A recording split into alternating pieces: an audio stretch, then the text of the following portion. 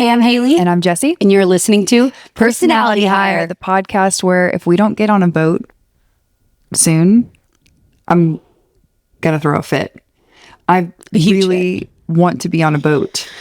I want to rent a boat. I don't care if it's a pontoon, actually preferably a pontoon, so I can fit more fun. So I can fit more people on there. Yeah. I would like it could be a vintage pontoon, you know? Love it. From the 80s. I don't care. I'd like for there to be some tunes. I'd like for there to be a big cooler. And I would like for there to be a inflatable intertube on the back of it. Yes. And I can't stop thinking about that. That's what I need. I feel like I need a kickoff to my summertime. I don't know if I've had the kickoff yet that I feel like I need. Yeah. And I'm entitled to. Yeah. And everybody deserves it. I feel like that might be it. Okay, cool. So it's planned. Someone's getting their boating license. It's not going to be me. It's going to be someone else. Do you have your boating license to rent a boat? And yes. I thought you do. Okay. Mm-hmm. All right. I believe so. I know in Illinois, those were the rules. And I would be very shocked if you didn't need that in Georgia, just because, and I don't want to go to Lake Lanier. I just want to say that. I don't think that you have to have it in South Carolina. So again, that's also an option. We could swim there. We could go to Lake Hartwell. That's in South Carolina, right? That's in Alabama, I believe. Or maybe it is in South Carolina. But back to your point about the lake bit. Yeah.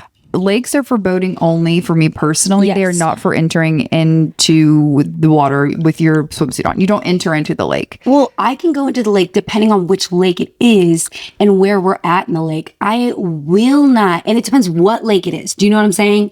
Because I grew up going to the lake called Lake Centralia in Illinois. It's not the nicest lake, but it was clean. People weren't dying every day. I'm not going to say that. I got to think.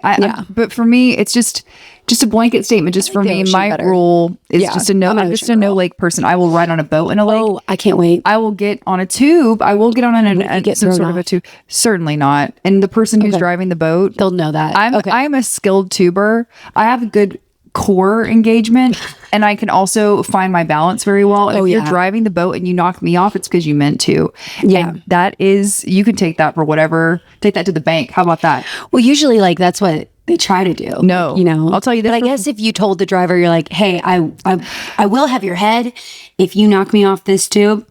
I'm just trying to enjoy the waves. That's exactly right. I will tell you this for free. If you knock me off of the inner tube that I'm in the back on, just trying to have a chill time, I'm going to knock you in the noodle. Okay. Take it to the bank. And they deserve that. But that's it. Just a nice boat time would be great. And honestly, I prefer a boat on a lake as opposed to the ocean. I will go on an ocean. I will go on a boat at any time. Yeah. But the ocean is a little choppy. Yeah. A lake, it's a little bit just, it's just a little bit more of southern fun vibes. Southern fun vibes. And that's what I'm looking for. I can't wait. We're doing it. We got to figure it out because that sounds so good. I also have not done anything summery yet. At all. Well, it's been rainy. And it's been like 2 days. I always forget that we live in Atlanta and we live in Georgia. And I always forget that we got lucky last summer. It wasn't quite like this, but most summers in Georgia, it's honestly worse than Seattle. It really, really is. I forget every time. And then the last 2 weeks have happened and it's been you open your weather app, it's like rain, rain, rain, rain, rain, rain, and I'm like, cry. It's very rainy, and it can put you into a little bit of a summer bummer, if you will. But you know what? We're going to turn the corner when it comes to July. I think it's going to dry up. It's going to turn into what do they call it? The devil's front porch. Something like that. Yeah, I think that's what they call it here. The devil's front porch. All right. How you doing? I'm good. I just flew in from STL. Congratulations to the St. Louis Muni who just won a Tony Award for best regional theater. Wow, I can't say that. Regional theater. Which made me so emotional. It did. We went to a Cardinals game with my family, and then I took J-Dog to Ballpark Village, which is the equivalent of the Braves Ballpark Village. The same designer made them. Ours, though, because we live in a different climate, is an indoor one where it's all indoors. It's like a shopping mall of bars and restaurants. Whereas I would equate the Atlanta one more like a strip mall. It's all outdoors. Like an outdoor. Yeah. Mm-hmm. Both great. I love them both. Both very smart. However, so we go to this after the game because we were with my family, and I was like, we'll just Uber back. So we have a drink, we have some snacks, and then all of a sudden, all these creative people start showing up. And you notice the difference, especially in the Midwest. The creative people show up, people dressed well. I was going to say the people that had on the good outfits. Yes. Yeah. All of that. And then we see backdrops and stuff happening. And we realize there's going to be a Tony watching party. And I'm like, this is iconic. We couldn't stay for the whole thing, but we did get to stay to watch the St. Louis Muni win Best Regional Theater, which I teared up. And also I want to say this, one thing that I always forget about going home, and if you're really paying attention, you'll see it. And I think just where the state of the entertainment industry is and how everything's going, and just being an actor in general, when you're like, one day you're on the highest high and on the next day you're like, am I ever going to work again? I felt so at peace with who I am and what I'm doing when I went home. Not because anything great happened in my career, but because I was talking to the people that I grew up with. I was running into people from high school. I was seeing all these things I grew up with. And I was like, oh my gosh, I'm doing exactly what I'm supposed to be doing. And even though it's hard and I feel delusional, I was even talking to friends and I was like, oh yeah, I'm the delusional one. Like, not in a bad way, but in the way of I have a different idea of what the world looks like and what I imagine it's going to look like in the future. And I have these weird hopes and dreams, and I just couldn't have felt more at peace. Even going through, like, every time I'm home, I go through my childhood closet. I see all my dance stuff and I see all my Hannah Montana merch. And I'm like, oh my gosh, I'm exactly who I've always said I was.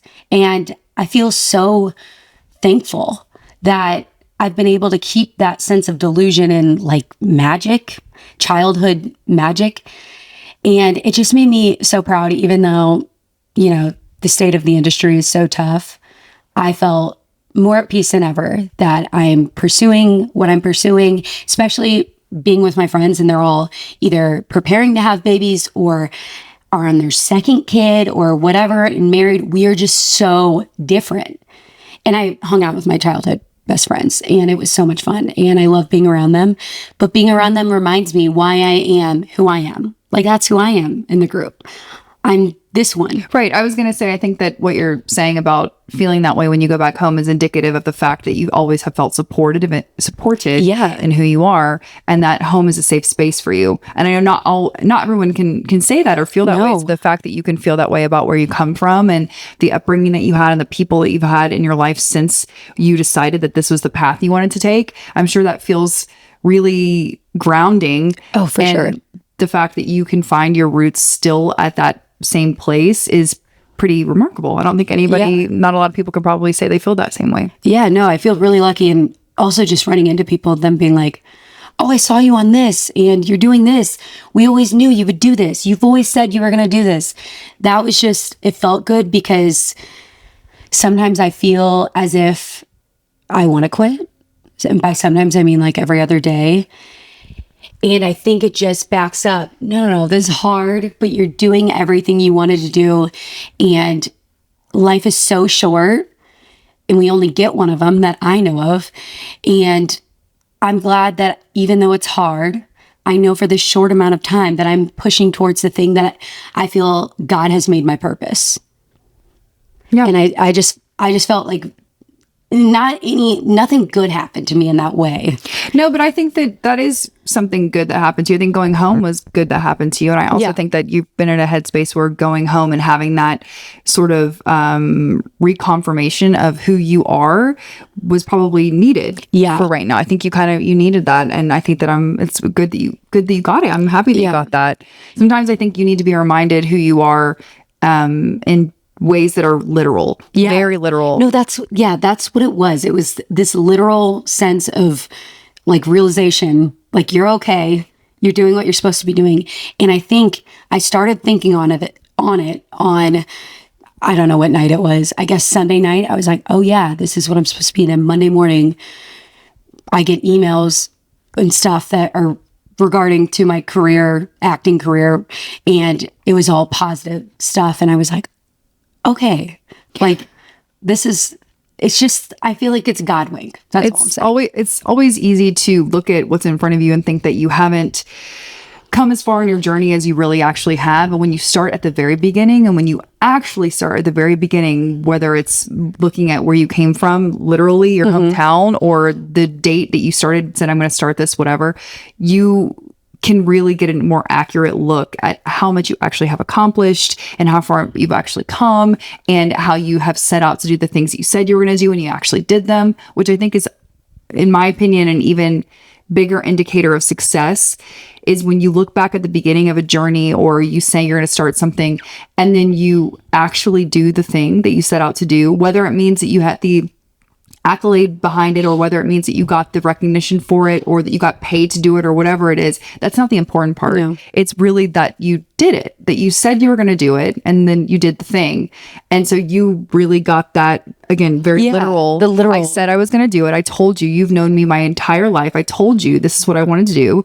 And now I'm coming back, and I keep coming back all these years later, and I'm doing the thing I said I was going to do. Yeah, it feels really good. It's affirming too, not only for your work ethic, but also just for you having known who you wanted to be and are at a very young age. That's also should feel really affirming and good.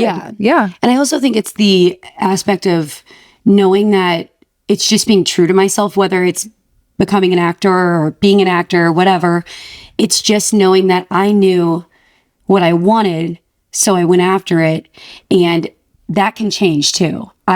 I don't want this to sound like I'm saying I did the thing, I stayed in it, even though it was hard. I was beat down, and I did it anyway. Like, old school But why kind of. can't that be true? It can be. However, I still want it. That's the important part. Yeah, That I didn't do it just because I said I was going to do it. in spite of everything, you're not Yes. continuing to do it. You're doing it because you still I still want it, just as bad. I look at these little things from my past and I'm like, oh my gosh, I've always really wanted this.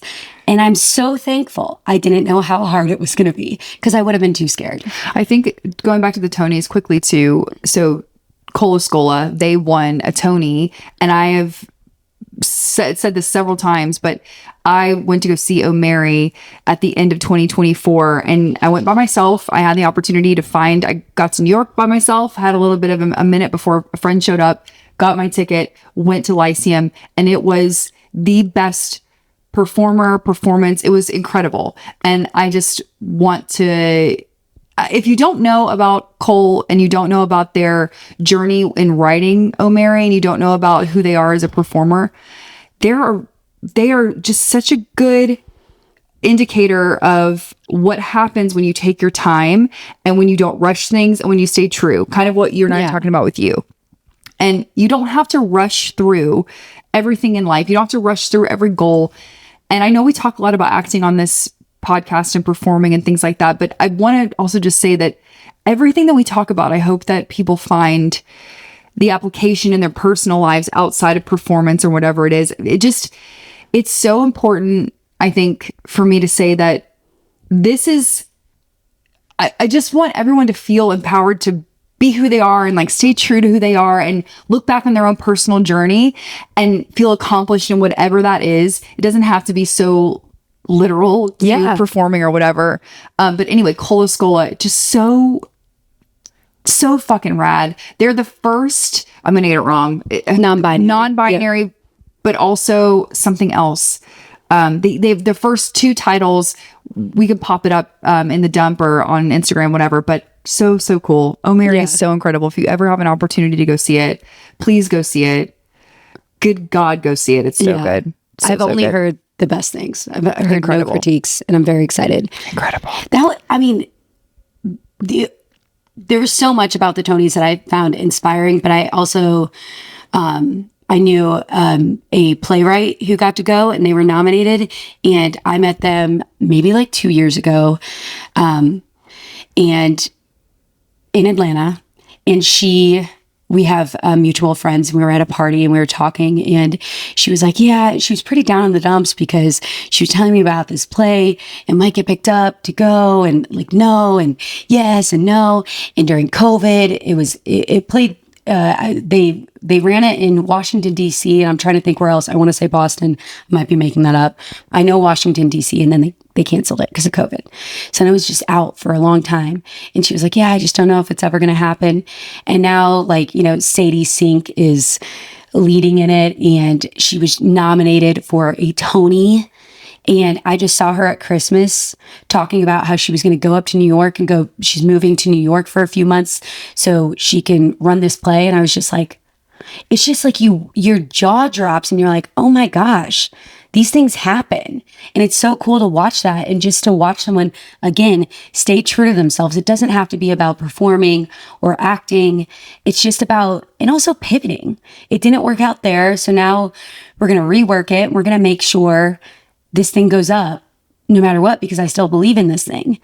It's just cool. I don't know. Like, I just think it's really special. And I talk to friends about this all the time with acting, but it really does apply to everywhere in your life. Mm-hmm. Speaking of musical theater, Scooby-Doo is in a musical theater camp this week. Oh, it's fun. And so I knew she was going to love it. And I'm so jealous. I wish I could be back at her age, like just discovering what it is. It's so cool and special. But anyway, I could tell she had a lot like rattling up in her mind when I picked her up yesterday, and she was trying to tell me everything that they did, but she was processing everything that they were doing yesterday, because I think they just dove in, and she got to be in her first big theater for the first time and learn about like what the apron of a stage is and what a globo is, and like all, you know, all that stuff about the lights. And last night at 4:30, I guess maybe technically this morning at like 4:30 a.m., she was calling my name.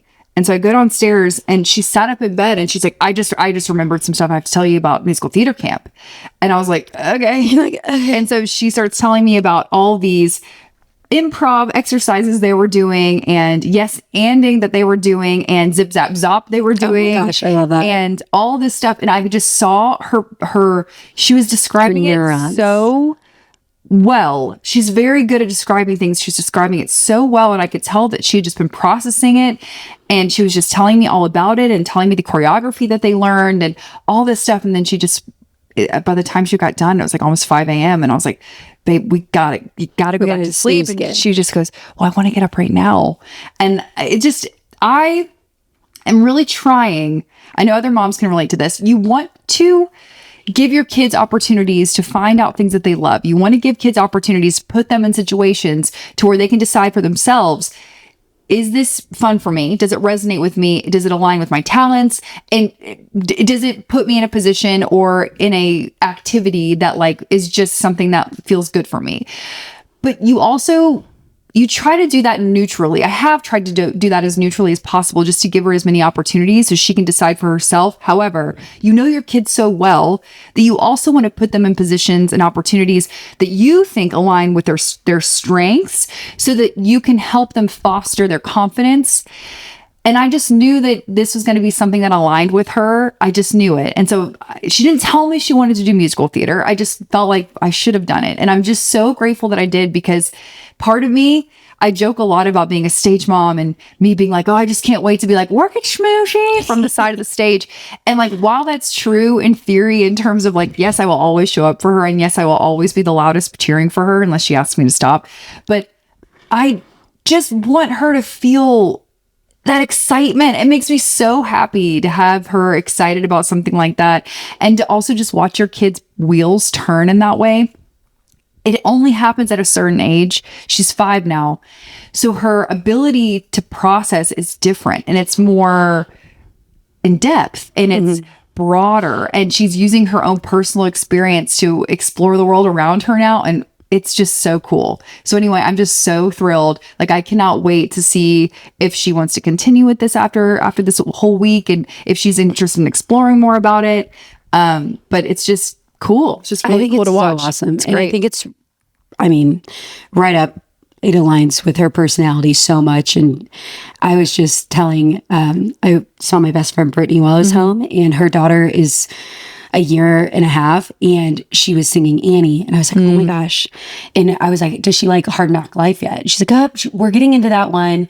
And I was like, okay, cool. Because you need the Melissa and Doug brooms, like play brooms, because me and Sunny, we got down last summer or 2 summers ago, A Hard Knock Life with Annie. We would put it on the TV and we would take those brooms, and I was teaching her the choreo and she was so into it. It's just like Scooby is a little star, and she has so much energy and so much imagination that I think that musical theater camp is just so perfect for her and so freaking fun. It is fun. I think it's just so, as a parent, if you have children, you just know that there are certain things that you do for your kids because you think it's good for them. And then there are certain things you do for your kids because you see something in them, and you see something in them that you want to help them to foster. And I just know that that's an ongoing thing for all parents, is that it's like you want to support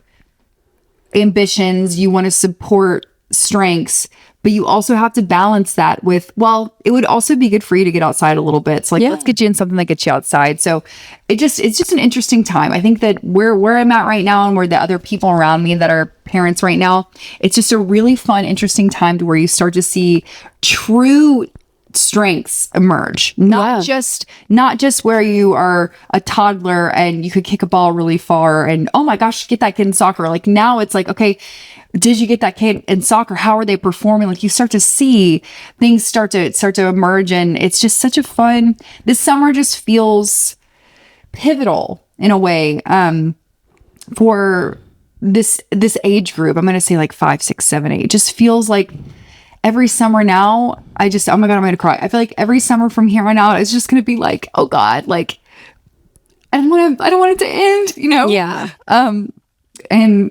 they just grow up so fast. They grow up so fast. It's crazy. But it's so good. I just can't wait to hear about all my other friends' summer camp experiences with their kids. Cause it's just, you only get I'm only going to get like, oh my God, like 13 more summers if I'm lucky. Don't think about it. I can't think about that. I have to. Sometimes you just gotta really rein it in, because some days they come home from camp and they don't want to eat the dinner that you made, and you're like, and then you just think to yourself, I just want to get to the weekend or whatever you want to get to. No, I only have 13 more summers. Yeah, I'm gonna lock in, sis, and I'm gonna start my own adult musical camp. There you go, and it's gonna be called Heavyweights. And I'm going to go to it. Yeah. I'll be there. Yeah. I also think it's cool to see kids discover different facets of things that they like. I think that's really important. I think a lot of parents, and I saw this because in dance growing up, you would see a kid be really good at dance and their parents would be like, you love this, go do it. And they would love it, but they had other interests. It's kind of like how I felt about dance. I was good at it, but I got to discover what I liked about dance. And you get to discover all these things of like why you like this thing. And I don't know. I just think that's really beautiful, because it's always a part of you, and all these different things you're going to learn are going to help you somewhere in life.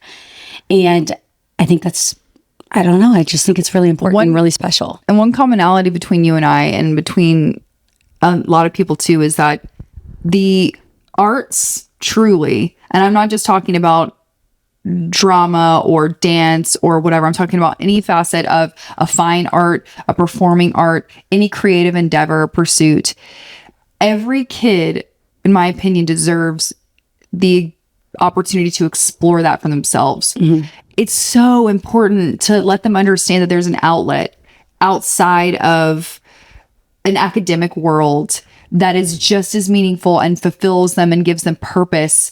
It's so important to me that not only my kid feel that way, but other children too, because think about the way that you and I have utilized that throughout our entire lives so far. Yeah.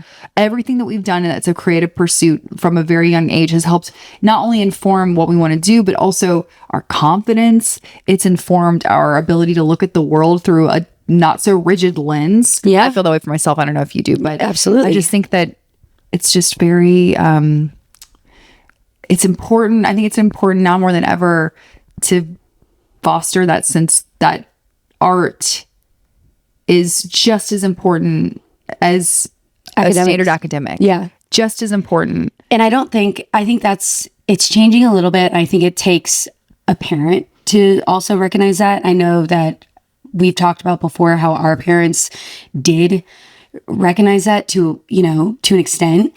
And I think it's changing now where it's a little bit more acceptable. And I think, it's crazy. Like the first play I was ever in, it's because my dad put me in it. He saw that in me and put me in that play, or had me. It was a church play, And speaking of Annie, I was a Little Orphan Annie. Wow. And did you have to wear a wig? I did. It was horrid. I wish Little Orphan Annie back then could see my little red hair now. She would say, "Oh, I could do this wrong shade of wig. That's okay." But I just think, I don't know. In high school, I felt all my friends were so focused on academics that I felt like I was just stupid. And then I went to college and I actually did very well. And I was like, what? Where was this in high school? And it's not like I did horrible in high school. I just did okay. And all my friends were exceptional in academics and I wasn't. And so to see myself go to college and realize, oh, like I am book smart. Like I just didn't see that then. And I labeled myself because that's what we put the focus on so heavily. But also look at all these different things I tried in high school and all these different artistic avenues I went down and how those have helped me now and where they've guided me to now. It's just, I think everything you're saying about how important, especially now in the state of the world, it is so important to find expression and importance in other things, because I think it makes your brain look at a situation differently. I was even talking to friends about, what's going on in our world this weekend. And I had such a different vision of what is going on in the world, not in the sense of I'm seeing what they're seeing, but I have a different outlook. Like, oh, okay, well, now's our time. Now's our time to speak to people. Now's our time to create. Now's our time to open up people's eyes. And how do you do that? I think books change people's minds, plays change people's minds, movies, TV, all of these things can open your world up. So I don't know. You're right. And just to heal. Yeah. To do art is to heal. Yes. I have not been shy the past several months about all of the inner work that I've been trying to do to just that's long overdue about who I am and who I want to be and where I want to go, but also where I've been. And I, somewhere along the way, thought that every personality attribute that I have that's rooted in, well, to be honest, most of my, if I'm going to sit down and I'm going to write my attributes of who I think I am, they're all connected to laughter, comedy, like some aspect of like performing or being extroverted or like whatever it is. But they're all rooted in things that are not like what we're discussing here, like academic or like like they're I would never say like I am book smart, like those types of attributes. All of my true personality traits are things that fall in like the latter category. Exactly right. People, loving people, making friendship, laughter, all those things, comedy, those are all part of my attributes.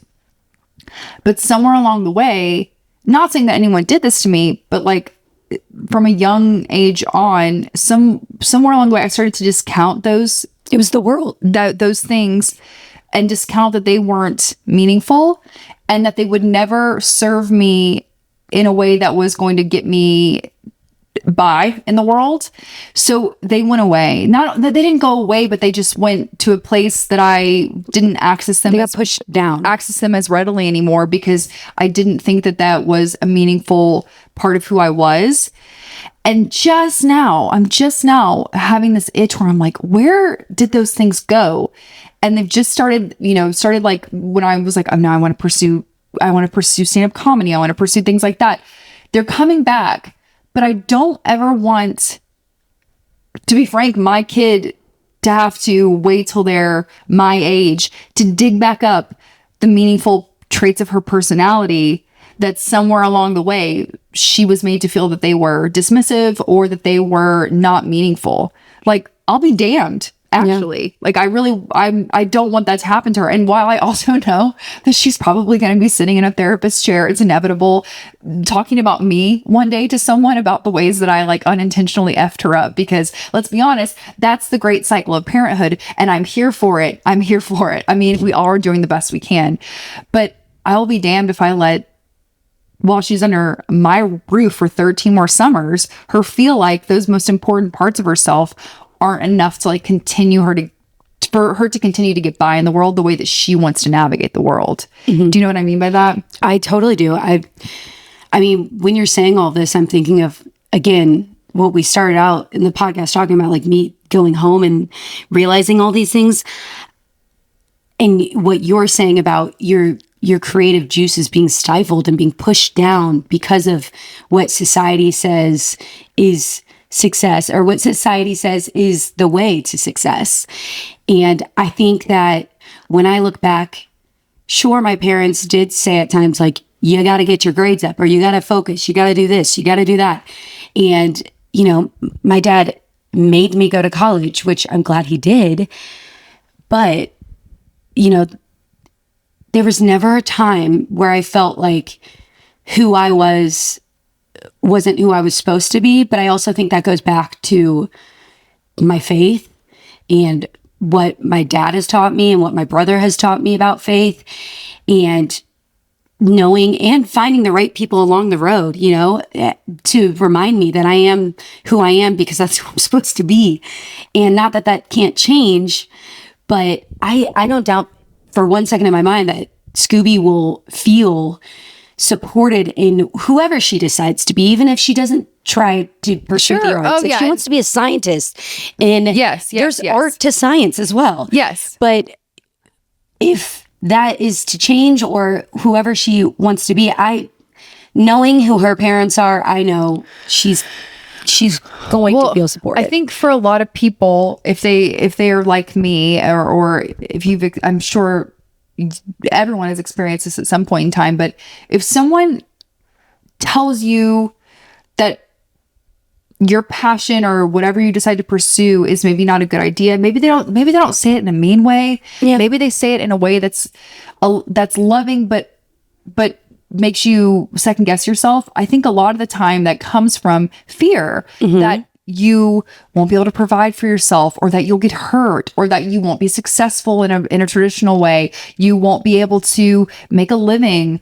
So I don't always think that whenever you get told no by people that maybe in other ways would be supportive of you, it's coming from a place of malice. I think it's coming from a place of fear. Yeah. But it's not everyone is equipped at a young age to discern between what someone is saying to you is based in fear or based in fact. And so when you're young and someone says something to you out of fear, and out of fear that comes from a loving place, you're often too young to say that's not a fact, that's just your fear. So you internalize that and you go, well, that must be true because you love me and I see the ways that you love me and I know that you care about me, so what you're saying must be true and I probably should recourse. You know, when I not in every situation, but like just thinking back on the ways that, like, I know that when we're young, people tell us no. Yeah. I think that could be, it comes from a loving fear, if that's even a thing. And actually it is a thing, because also being told no is not a bad thing, because especially if you're pursuing the arts, it would be amazing. It would be amazing if everybody thought you were the bee's knees, but unfortunately, getting into that field, you get told no every day, several times a day. Yes. So, and what I'm hearing that I'm agreeing with is that, you know, my parents also in some ways told me this isn't realistic. Right. I'm not saying you're not going to get told no in your pursuit, whether it's creative or otherwise, where people are just saying, I don't think you're talented, I don't like what you're doing, whatever. Of course, that no is going to come from every which way, and you have to build up the tolerance for that. I just mean what you're saying of people parents looking at your love you and looking at what your pursuit is and going, that's not realistic. To your point, that's going to be a hard road. Are you sure you're going to want to take that hard road? And it's okay. Valid question. But it's okay to bring it up.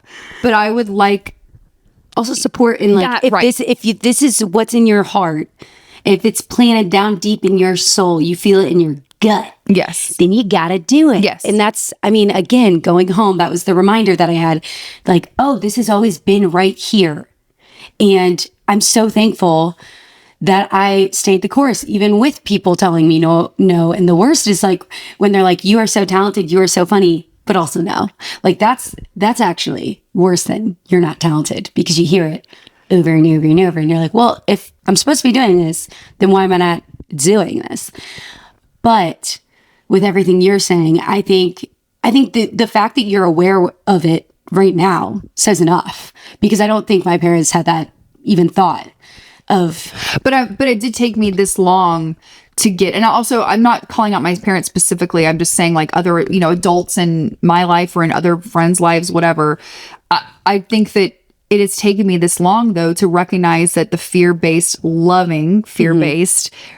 advice or opinions I was given, my frontal lobe wasn't developed enough to say that's not a fact. That's not only isn't just your opinion, it's genuinely coming from a place of you've never done it before, you've never seen it done it before, so you don't think it's possible, which is just not right. So I think I'm just commenting on from what we can all do better as, like, maybe break a generational curse, is when someone is young and their brain is still mushy, the best thing we can do for them is just to pump them up and saying, truly practice what we've been taught of you can do anything. If we're going to lean into that sentiment that I feel like we've been given since the 90s of like, you can do anything, girl power. If we're really going to lean into that, let's really be honest and lean into it. Yeah. It doesn't have to come with a caveat of, you can do anything. But that one's too hard. Like, no, genuinely, let's just lean into it, especially while the brains are still mushy of these young kids,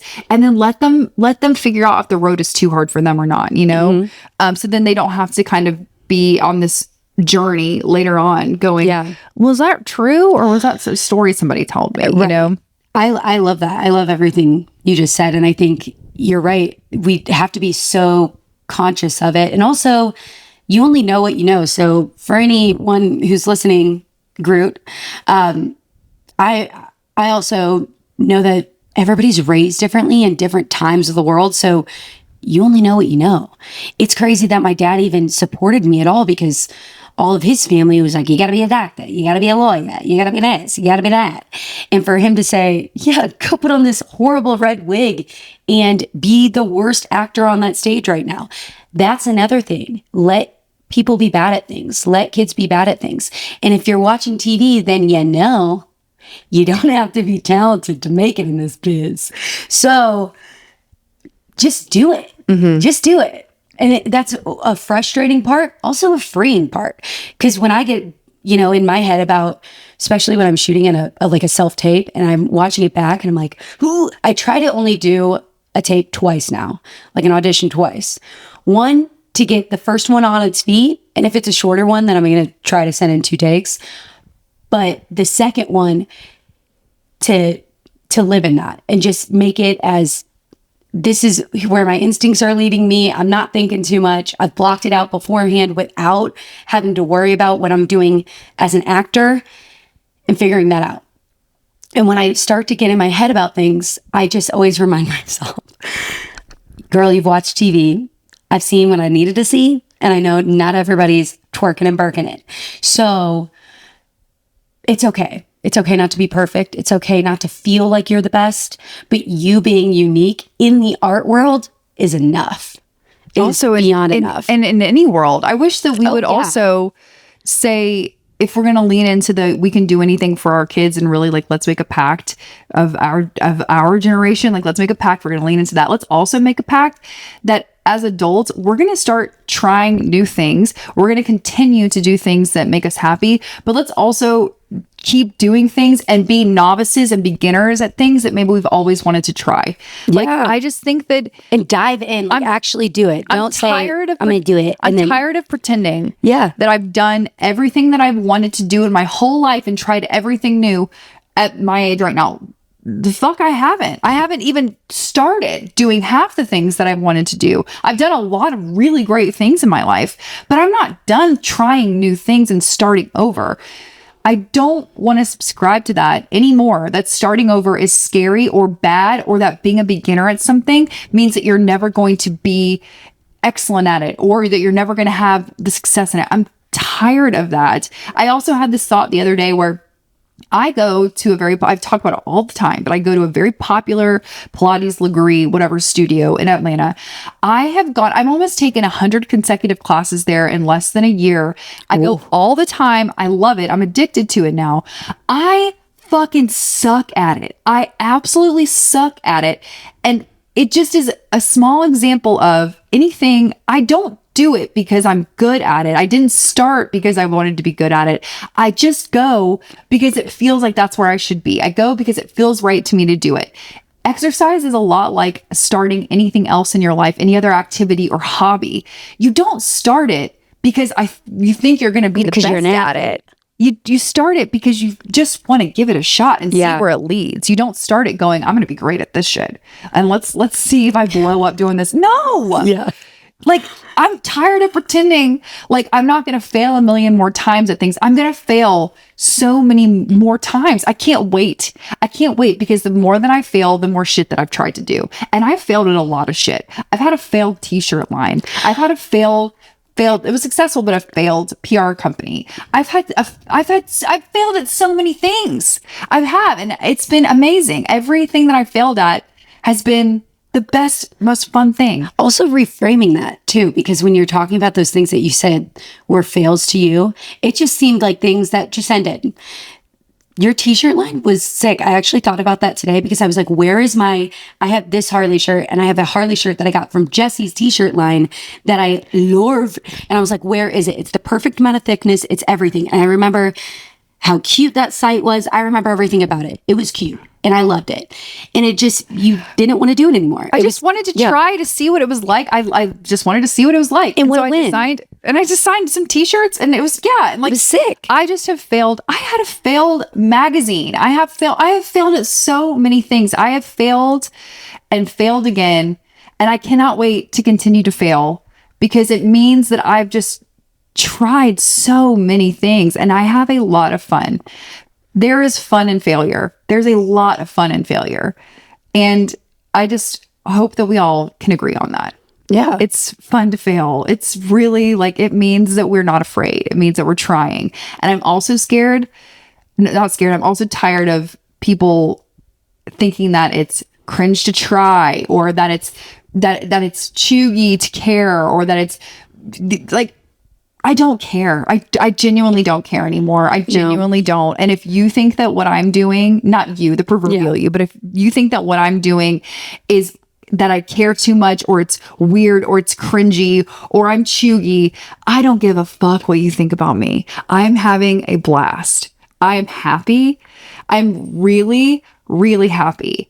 And I hope that you can be happy too, doing whatever weird little thing you want to do. Whatever weird little stuff you want to do with your weird little life. I hope that you find happiness in it too, because I am. Yeah. Let's all be freaky. Let's be the biggest expression of like the freakiest parts of ourselves. It's so good.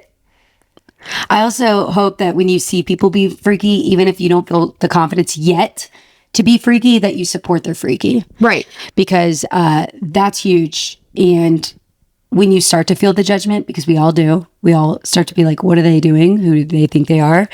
Who are they? It looks like they know who they are, or they look like they're finding out who they are. Right. I heard this really good quote from, it's part of this like press. Addison Rae just came out with her new album, Sick as Hell. I love it. It's really put me into my vibe. I love Addison Rae. Can you listen to it on a boat? Yes. You can listen to it everywhere. On a plane, on a train, in a box with some socks. You can listen to Addison Rae's album, and I love it. But I can't remember who it was with, but she was saying, she goes, yeah, like all these people, it was just a clip. She was like, yeah, all these people are like, she's doing this, she's trying so hard. She's trying so hard. And she goes, you don't look like you're trying at all. And I could tell. And I was like, ooh, burn. You don't look like you're trying at all. I think try. What's wrong with trying? What is wrong with trying? Let's say, like, oh my God, I hate that. Also, I know that also is a big point of contention in corporate culture too. If people think that you're trying too hard, or maybe they think you're a kiss ass, or maybe they think that you're fighting for a promotion, or maybe like what you're not trying at all. And also, I'm not competing against you. That's a bigger thing too, is that just because I'm trying in something, and I mean this in everything, maybe I'm going to, again, we talk about this, maybe I'm going to pick up tennis. Maybe I'm going to maybe you're going to start crocheting. Maybe you're going to go try to do a glass blowing class. I don't know. Sick. Just because you see me trying that doesn't mean that I'm in competition with you for what you're trying to do. Or just because you see me trying doesn't mean that I'm doing anything that has to affect you. Like, let me just be a weirdo. Like, let me try. Also, yeah, shut your eyeballs. You don't have to look at me. You don't have to look at me. In fact, I prefer it. Yeah, it's weird. Stop looking at me. I would prefer it. No, but I totally agree. I feel like, honestly, to the new hires, because if you're listening this far, you're a new hire. But every time I post online for Personality Hire, and I'm always reposting it and doing all that, and I'm like, I feel so, sometimes I get those feelings, or like when I post on TikTok, or when I post my little outfits, or when I post acting stuff, I'm like, there is that veil of insecurity that rushes over me, and I feel like, oh, this is embarrassing. I'm not the best at this yet, or I'm not recognized super famously for this yet. But then I think, okay, well, how am I going to get there? How am I going to like have this thing be a success, whatever it is, whether it be styling, whether it be acting, whether it be the podcast, if I don't put it out there? You're not. Mic drop. No, seriously, if you want something, then you have to go do it. And you have to do it over and over and over again, even when no one's looking. And you have to tell people that you want it. Yeah. Also, when people aren't supporting you, you still have to push towards it if you want it. You have to. And it's fun. You heard it here first. Once you get over, like, not having people support you or whatever that is, or feeling chuggy, or feeling like people are saying, who does she think she is? Girl, I don't know. Who are you? Who are you to be judging me? Let's all try something new. Let's all try something new. I challenge all of us. Let's try something new. And then while you're trying your new thing, let's tell somebody in your life that you're proud of them for trying their new thing. Yeah. Let's all just try new stuff. Yeah. Let's try new stuff. And if you don't want to try anything new, why don't you just make a commitment? Well, or just make a commitment to yourself to like go above and beyond, or bigger or bolder or better in the things you're doing every day. Like I just think that maybe that could be a rejuvenating, unless you're tired. Actually, I'm going to go back on all this. If you're tired, trying to understand. Rest. That's what I mean, like what I'm doing is like, I'm trying. Yes. I'm also doing 5 million other things, but I'm also prioritizing my rest and my self-care. I want to say I can be a better artist. I was coming in hot with a challenge. I'd like to amend that challenge, because as I'm saying it, it's summertime and I'm also tired. So let's do it within the parameters of, we're going to feel rested, but we're going to try new things. Let's find out different parts of ourselves. Let's figure out more about who we are. And if that scares you, me too. Same. Yeah. I'm terrified every day. And that's one of those things. It's one of those things. And again, just wrapping that up, going back to going home, I was like, oh, everybody's scared. I watched all my friends who are doing things that seem more traditional. Nothing's traditional. Everything's freaking crazy. Raising a child is insane. Being a mom is crazy. Being a wife is crazy. Having a corporate baddie, like being a corporate baddie is insane. Being an actor is insane. It's all insane. So just understanding and having grace for you and yourself, having grace for yourself, having grace for yourself when doing all that is so important. It just is. And it's scary.